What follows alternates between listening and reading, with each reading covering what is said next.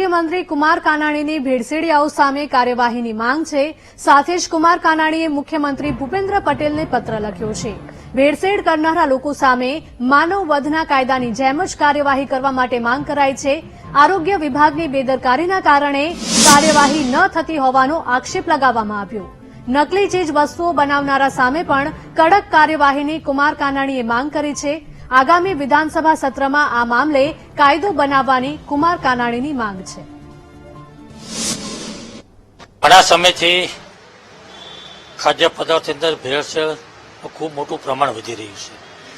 હવે તો ખાદ્ય પદાર્થો નકલી પણ બનાવીને લોકો ખવડાવી રહ્યા છે। આ સીધો જ લોકોની જિંદગી સાથે છેડા થઈ રહ્યા છે અને સ્વાસ્થ્ય સાથે રમત રમાઈ છે। દેશની અંદર, ગુજરાતની અંદર લોકોનું સ્વાસ્થ્ય સારું રહે, એની તંદુરસ્તી સારી રહે, એટલા માટેના અનેક પ્રયાસો થાય છે। ખેત પેદાશોની અંદર દવાઓના છંટકાવને કારણે લોકોમાં કેન્સર જેવા ભયાનક રોગો થાય છે। એના માટે સરકાર જાગૃતતા લાવીને ખેતી, પ્રાકૃતિક ખેતી થાય એના માટેના ખૂબ પ્રયાસો કરે છે। અનેક સંસ્થાઓ કામ કરી રહી છે।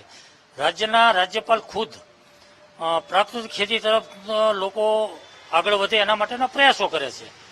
દેશના વડાપ્રધાન નરેન્દ્રભાઈ મોદી પણ મિલેટ ફૂડનો પ્રયાસ આખી દુનિયાની અંદર કરી રહ્યા છે, કારણ કે લોકોનું સ્વાસ્થ્ય સારું રહે। ત્યારે એક બાજુ એના પ્રયાસો થાય છે, બીજી બાજુ ખાદ્ય પદાર્થમાં ભેળસેળ થાય, નકલી બને અને માનવ જીવન સાથે છેડા થાય, એનું સ્વાસ્થ્ય સાથે રમત રમાઈ રહી છે। અને એટલા માટે એને માટે કડક કાર્યવાહી થવી જોઈએ।